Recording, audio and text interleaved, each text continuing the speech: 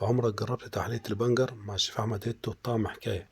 زي ما حضراتكم شايفين كده، نبدأ بسم الله، يلا بينا زي ما اتعودنا كده، نبدأ بالصلاة على النبي. دي سلطة بنجر حلوة، سلطة بنجر حلو، هتدوها الطعم خطير. أول حاجة زي ما اتعودنا كده نبدأ بالصلاة على النبي. نجيب البنجر الجميل بتاعنا كده، نغسله غسلة نظيفة.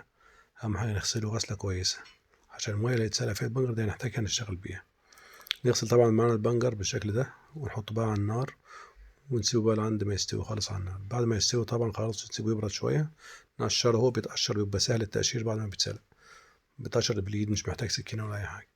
بعد ما نقشره طبعا ناخد جزء من المية دي، المية اللي سلقنا فيها البنجر، ناخد منها جزء عشان نحتاجه معانا هنعمله معانا مع البنجر نفسها، مع السلطة نفسها. نسيبه يبرد براحته كده شوية أهو.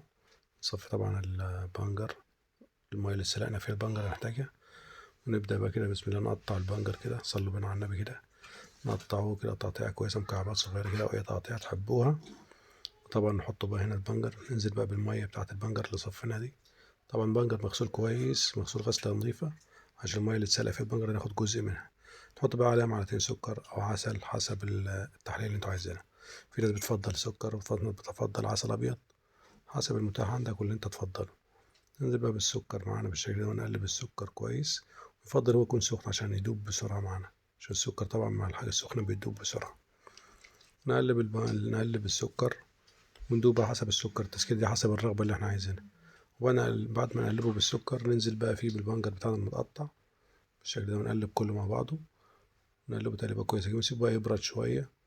وطبعا بيحتاج بقى جوز هند، زبيب، مكسرات، ده كل ده حسب الرغبة، ويبقى معانا بالشكل الجميل ده. طبعا سلطة البنجر دي سلطة مفيدة جدا جدا، وكل الناس عارفينها. بقى ده هيبقى طعم تاني خالص، هيبقى حلو، مش هيبقى سلطة حادق. نبدأ بقى طبعا نسيبها تبرد شوية. بعد ما تبرد بقى نطلعها في أطباق، نغرفها في أطباق غرف كده.